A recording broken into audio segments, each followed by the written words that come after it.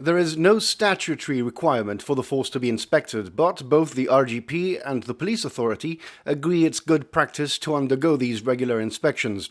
The latest is the third conducted by HMIC, and the resulting 40-page report pulls no punches. The first part of the report evaluates the progress since the last inspection in 2016. The only area out of 8 in which the Inspectorate was satisfied was in the RGP's counting rules, which now align more closely with the UK's Home Office counting rules for recording crime. Previously, the force had been criticised for recording the result of crime investigations in a way that would maximise the detection rate. This issue, the HMIC says, has now been addressed. It still has reservations about the police's budgeting, but acknowledges that the force has limited freedoms to manage its budget, which is set out annually by the government. This leaves 6 areas of improvement in which the RGP has fallen short of the mark. They include the auditing of crime and incident reporting, the treatment of vulnerable and repeat victims, the procedures for assessing risk and prioritizing response, and understanding the full range of current demand as well as predicting future demand. HMIC has made a series of recommendations to correct these perceived failings, including the adoption of the UK's Code of Practice for Victims of Crime.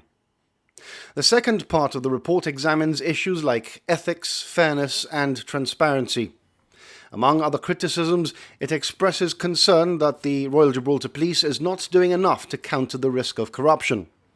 According to HMIC, the issue of corruption, even at a low or subconscious level, didn't appear to be a concern for the force.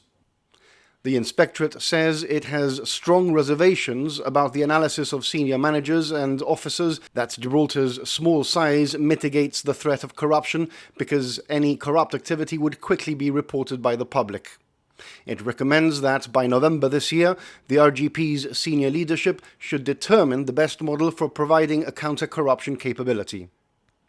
The report says the RGP has not recognised the potential for its employees to abuse their position in relation to perpetrating sexual violence.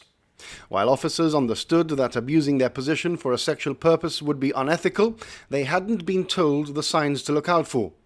Unlike their UK counterparts, the Royal Gibraltar Police hasn't briefed or trained its workforce to raise awareness of this issue.